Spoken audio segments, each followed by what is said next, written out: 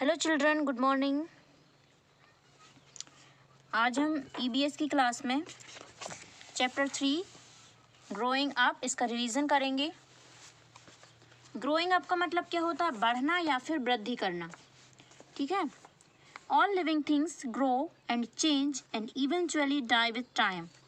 Living things, सबसे पहले तो देखेंगे लिविंग थिंग्स क्या है। लिविंग थिंग्स वे जो कि ब्रीथ करती हैं, मूव करते हैं, ईटिंग करते हैं, ड्रिंकिंग करते हैं, उनको बोलते हैं लिविंग थिंग्स। फॉर एग्जांपल हम ह्यूमन बीइंग्स की बात करें तो हम ब्रीदिंग करते हैं, मूव करते हैं, तो हम कौन है?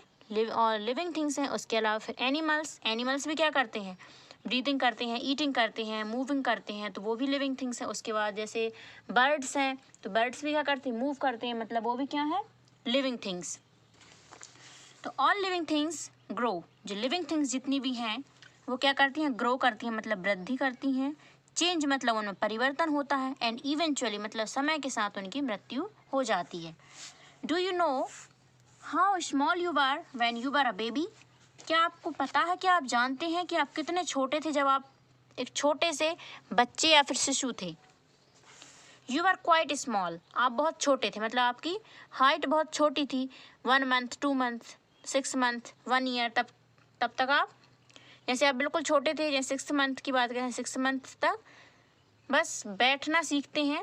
न चलते बनता है, न खड़े होते भी नहीं बनता, और न चलते बनता है। तब तक आप कैसे चलते हो? घुटने से चलते, घुटने के सहारे, है ना। Then you grow up over the years, उसके बाद आप हर साल कर करके धीरे करके आप ग्रोथ करते गए। All living things grow as times goes by, सभी लिविंग थिंग्स जो हैं समय के साथ साथ ग्रोथ करती हैं। This is a picture of Kanak when she was an infant, ये एक बेबी गर्ल है। इन्फेंट, क्या नाम उसका? कनक, ये उसकी पिक्चर है। ये कब की पिक्चर है उसकी? जब इन्फेंट बोला जाता है शिशु, छोटे से बच्चे को क्या बोलते हैं? शिशु, यानी इंग्लिश में बोलते हैं इन्फेंट। जब वह छोटी सी थी तब की है ये पिक्चर।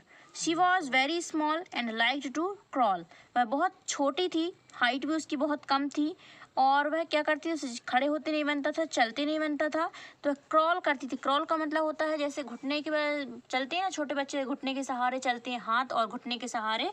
तो वह तब का है जबकि वह कौन थी? इन्फेंट, मतलब एक शिशु थी छोटी सी, और वह घुटने के सहारे चलती थी। This is another picture of Kanak when she was a child of 1 year. ये एक और पिक्चर है कनक का जब वह 1 ईयर की बेबी गर्ल थी। कितने ईयर की? 1 ईयर की। She tried to stand up and held on to things for support. अब वह थोड़ी सी बड़ी हो गई थी और अब वह क्या करती थी? किसी भी चीज़ का सहारा लेकर खड़ा होने की ट्राई करती थी। ट्राई मीन्स होता है प्रयास करना, कोशिश करना। किस चीज़ का ट्राई करती थी? वह खड़े होने का, टू स्टैंड अप, खड़े होने का प्रयास करती थी। And held on two things for support, और किसी चीज़ का सहारा लेकर वह खड़े होने की कोशिश करती है। She has grown a little now, अब वह थोड़ी और बड़ी हो गई है। सी इज 6 ईयर ओल्ड, अब वह कितने ईयर्स की हो गई है?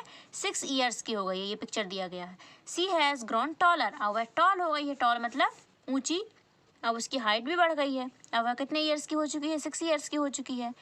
In a few years she will grow up and become an adult, अब वह कुछ समय बाद वह और अधिक और ग्रोथ करेगी और उसके बाद वह एडल्ट मतलब वयस्क हो जाएगी। She will look like her parents, जैसे उसके माता पिता हैं वह उतनी बड़ी हो जाएगी, वह एडल्ट हो जाएगी। तो पहले कौन सी स्टेज बताई इन्होंने? पहले इन्फेंट मतलब शिशु, फिर उसके बाद चाइल्ड और 1 ईयर, हाँ ये उसके बाद चाइल्ड, और उसके बाद चाइल्डहुड के बाद नेक्स्ट स्टेज कौन सा बताया यहाँ पर? एडल्ट। एडल्टनेस आती है 18 ईयर्स के बाद। कब आती है? 18 ईयर्स के बाद। अब एडल्ट के बाद फिर कौन सी स्टेज आएगी? आफ्टर मैनी ईयर्स, फिर कई सालों बाद, she will become very old.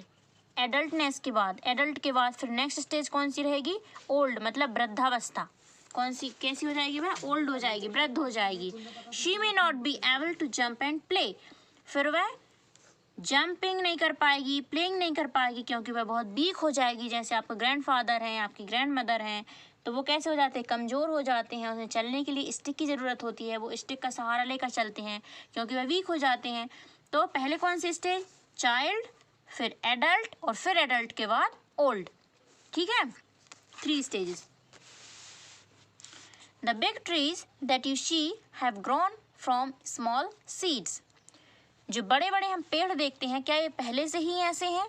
नहीं है, क्योंकि पहले क्या हुआ, पहले बीज डाला गया, फिर उसके बाद अंकुरण, और उसके बाद धीरे धीरे कर करके पौधा, फिर उस बड़ा होता गया, कई ईयर्स के बाद, many years, after many years वह एक बड़ा पेड़ बन गया। ठीक है, तो लिविंग थिंग्स हैं, सभी वो ग्रो करती हैं, चेंज होता है उनमें, और इवेंचुअली समय के साथ उनकी मृत्यु हो जाती है। और उसके बाद स्टेज, जैसे यहाँ पर सबसे पहले चाइल्ड मतलब बच्चा या फिर बचपन, बात करें चाइल्डहुड की, फिर उसके बाद चाइल्डहुड के बाद एडल्टनेस आती है, मतलब वयस्क, एडल्ट, और फिर एडल्ट के बाद आफ्टर मैनी ईयर्स, कई सालों बाद फिर ओल्ड, मतलब वृद्ध हो जाती हैं। और यहाँ क्या लिखा हुआ, child of 13 is also known as an adolescent. 13 year के चाइल्ड को क्या बोलते हैं? और एडोलेसेंट, किशोर या फिर कुमार भी कहा जाता है, इंग्लिश में एडोलेसेंट। तो ये हो गया इसका रिवीजन। और अब हम करेंगे इसमें जो एक्सरसाइज में क्वेश्चन दिए गए, इनके आंसर्स राइट। फर्स्ट है tick the correct option. First है all blank things grow, living things, non living things, living things या बिग। यहाँ आएगा all living things grow, living things रहती हैं वो ग्रोथ करती हैं। Second, an infant grows into a blank. Infant मतलब ये है ना, छोटा सा शिशु, तो ये इन्फेंट है। इन्फेंट के बाद फिर नेक्स्ट स्टेज चाइल्ड, फिर चाइल्ड के बाद आएगा एडल्ट। तो यहाँ पर इन्फेंट के बाद infant grows into a child, तो चाइल्ड पर टिक करना है, या फिल भी किया है। 3 में है the big trees that you see have grown from small blank.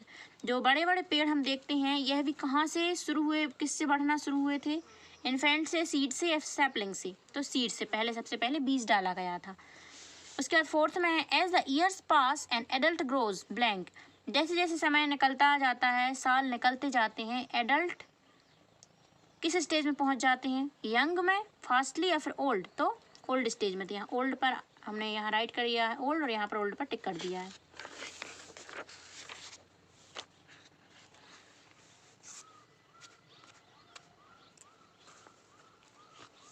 B, right T for true and F for false against the statements.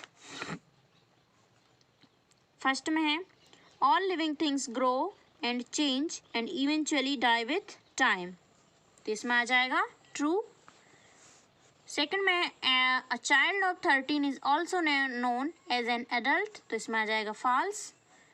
Third में है an infant becomes a girl, इसका आ जाएगा फॉल्स।